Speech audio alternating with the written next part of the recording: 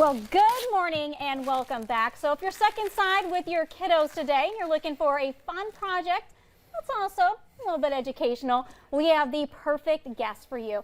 We have Graham Wiley. He is here from Concordia College, and he's going to show us some cool science tricks that you can teach at home, and also hopefully we can have a little lesson in there too about physics, right?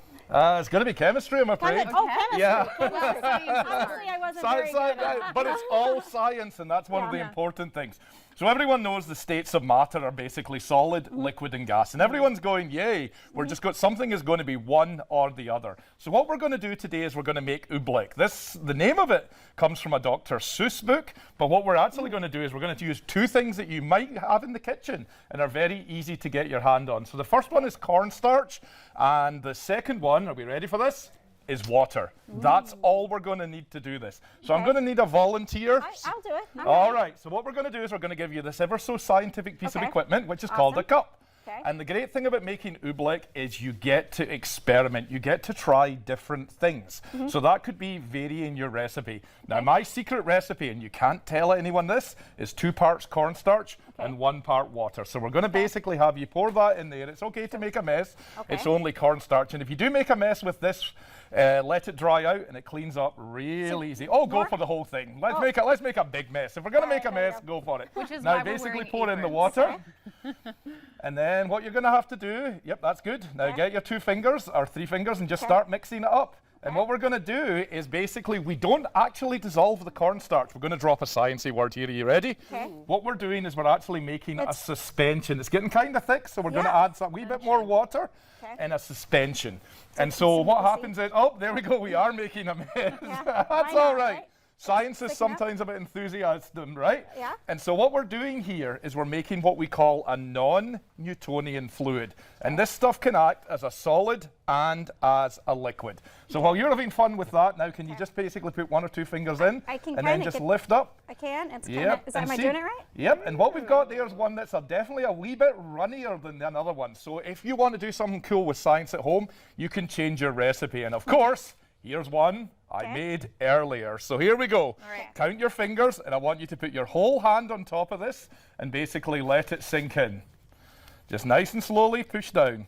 And hopefully your nails will still be there when they come out. Ladies, And just remember, this is made completely with just cornstarch. What do we tell the kiddos? Like, what's happening right now? Like, why? What's happening is a non-Newtonian fluid is something that can act as both a liquid and a solid. So we know that when we put our hand on top of a liquid, we can't stand on a liquid or anything. We sink into liquids, and just like that, our hand is sinking in. So obviously you're looking at this, we're looking at all the evidence we're getting, and what we're going, this is obviously a liquid. Is this a better alternative of slime? I don't know if kids love it. This is not really something you can take and stretch around. I would keep this on somewhere you can work. But if it's a liquid, then what would happen if we applied, and we're ready for this, it's hammer time. What would happen if we applied the hammer test to a liquid? Oh, I don't know. Yep, well, I'm going to leave it because you guys are going to make a mess. So who wants to volunteer on the hammer? Why not? All right, let's clear some space. Let's get our explosion radius ready. So if you had a rough day, is this a good way to this is definitely one. So what we're going to do is we're basically going to hit it fairly fast. Now remember, we're on a table here, so I don't really want the full force on this one, right? All right. All right, here we go. 1. And so if that was a liquid, however, I would probably be looking like the edge of a splatter zone and stuff. But what we can see is clearly we're making something that's basically both a solid and a liquid. So this is what we call a non-Newtonian fluid, and it's great, and it's something you can do at home. And your one here, because you changed the amount of water in here, yours is definitely a wee bit runnier. So if you want to do science experiments, this is a great way to just find out how basically messing with the recipe and varying the recipe. And I'm just spilling water as I'm speaking here. What I see out of this is probably better to clean out than slime, because I had an accident with slime, which is primarily glue. So when I see cornstarch and water, I think that's an easy cleanup. Yep, and the great thing is, while we've made an awful lot of a mess on your tabletop here, if you get this on the floor, just wait till it dries out and it sweeps on up. So the other thing, do we have enough time to show the kiddos one quick experiment? All right, so what we've got here, and don't worry, I snuck in when I made one earlier. What we've got here is basically just a piece of paper, and I've drawn a long rectangle and basically a couple of squares. So another thing you can do at home is you can make rockets. So what we did is we cut them out, And so I'm basically going to this is a long piece of a long piece of paper, and I colored it in to make it look a wee bit exciting. And so what we can do at home, we're going to build a paper rocket. If you look this up online, there's plenty of recipes. The trick is, what we're going to do is we are going to basically tape this around a pencil. So all you want to do is take a pencil and just basically tape it around a pencil. Once you've done that, couple of wee squares, tape them on the bottom, and if you do it right, and here's one I made earlier on. A little more sturdier than a paper plane. Yep, bit more sturdy than a paper plane, but the thing is, we need a little bit of launch energy here. So what we're going to do is, who would like to be my launch energy? All right. So take your pencil out, and there's plenty of things you can find online to cut out, but it's really just one long piece and a couple of squares at the bottom, and this is one you can mess around with. Basically, I chose to put 3 fins at the bottom, and basically you can try 4, you can try 2, you can try lots of different recipes. So I want you to grab a straw. Okay. And we're going to slide this onto the straw, like this.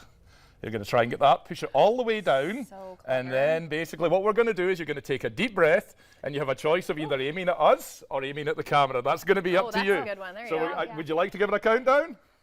10, 9, 8. We went with the long countdown. Let's go 3, 2, 1. There you go. There we go.